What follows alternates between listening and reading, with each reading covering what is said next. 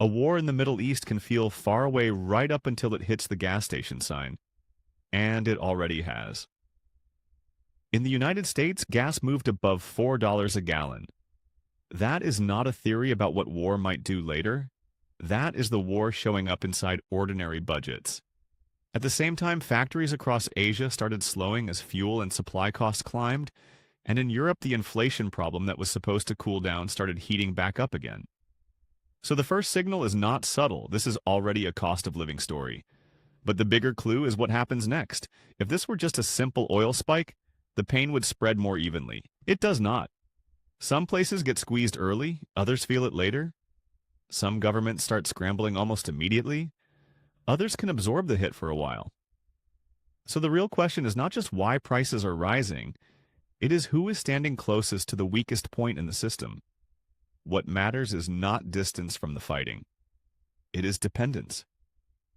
A huge share of the world still runs through one narrow waterway, the Strait of Hormuz. And for Asia, that exposure is enormous. Roughly 80% of Asia's oil imports move through that route, which means danger there gets priced into countries thousands of miles away. Not because a tanker has to sink first, not because the whole system has to shut down, just because risk around a critical route gets expensive fast. Then the chain starts tightening. Import-heavy countries pay more for fuel. Shipping gets more expensive. Transport costs rise. Factories that need constant energy and steady inputs start feeling the squeeze almost immediately, which is why the slowdown showed up across China, Japan, Indonesia, and Vietnam. This was not one local accident. It was the same stress hitting the same weak point from different angles. Then another layer drops on top. The US dollar gets stronger. That sounds distant, but the effect is simple. If your country buys fuel from abroad and the dollar rises, the same barrel suddenly costs even more in your own currency. So the shock is not just oil, it is oil, shipping, currency, and industrial exposure stacking on top of each other. Australia is a very clean proof case. It imports about 90% of its fuel. When this kind of pressure hits, it does not stay trapped inside energy charts. It turns into reserve releases, tax relief, and public warnings that the damage could last for months. The line that matters is not who is closest to the war. It is who cannot keep functioning without buying expensive fuel through a vulnerable route. This is where people usually reach for the comforting version of the story. If Hormuz is not fully shut, if the war does not turn overnight into a complete supply collapse, then maybe the danger is being overstated. But the system does not wait for total failure before it starts hurting people. It starts protecting itself early, and that protection is expensive. Importers buy under worse terms because they cannot gamble on being short of fuel. Shipping firms charge more to move through a riskier environment. Businesses build in extra cost because they do not trust calm headlines to stay calm, and countries already paying more in local currency because of the stronger dollar get squeezed again. So no full collapse is not safety. It can still mean factories slowing, government stepping in, and households paying more long.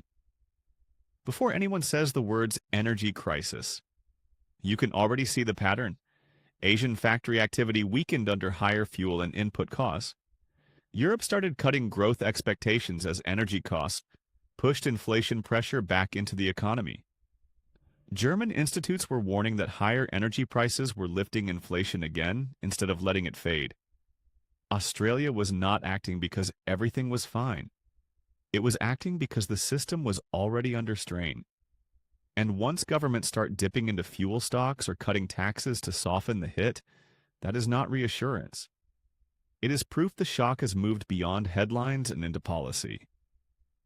The damage starts earlier than most people think, and once it starts, it does not stay at the fuel pump.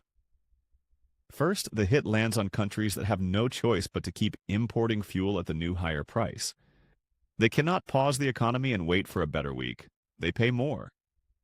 Then that extra cost rolls into shipping and transport. Moving goods costs more. Running trucks costs more. Powering industrial systems costs more. By the time it reaches factories, margins are already thinner, which is why manufacturing-heavy economies feel it so quickly.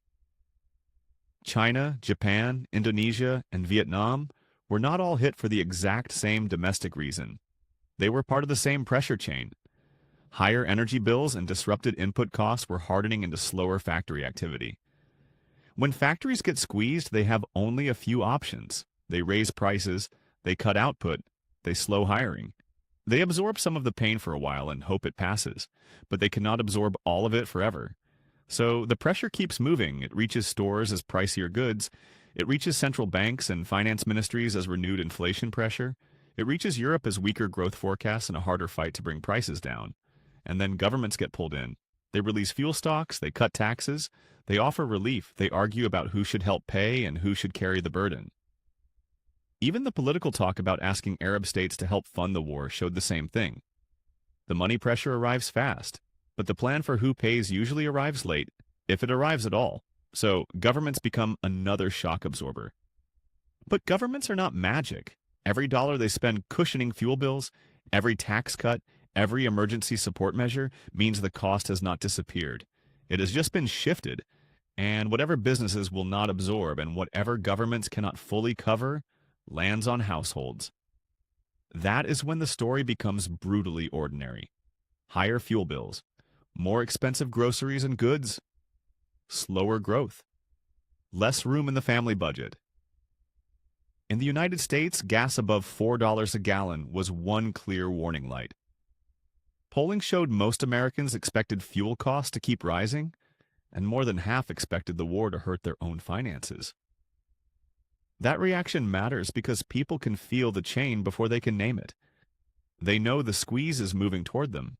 They just do not always see how many layers it passed through first. So who gets hit hardest? Not simply the countries closest to the fighting. The first hard hit lands on fuel-importing economies that depend heavily on Middle East flows and still have to keep buying through a riskier, more expensive system. Then the pain bites manufacturing-heavy countries that need steady energy, steady transport, and thin-margin production to keep running. It gets worse again for countries paying in weaker currencies while the dollar rises because they are paying more twice. Once through the higher fuel price and again through the exchange rate. Governments with little room to cushion the blow come next because they face the public pressure without deep buffers. And the heaviest leftover burden lands on households already living close to the edge, where a jump in fuel and food and everyday costs is not annoying. It is destabilizing.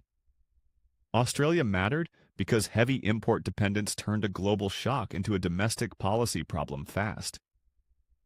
Asia mattered because Hormuz exposure and factory slowdown showed where the system was already tightest.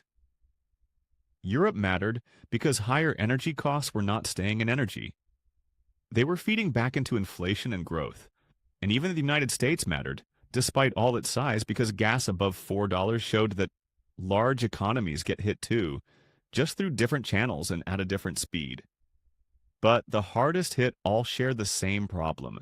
They are the ones forced to keep buying through the most fragile part of the system with the least room to absorb the bill. That is the rule. In a global shock, pain does not follow the map. It follows dependence, weak buffers, and the path the cost takes through the economy. The next time war pushes prices up, do not just ask whether oil is rising. Ask who still has to buy, who cannot absorb, and who has nowhere left to pass the cost.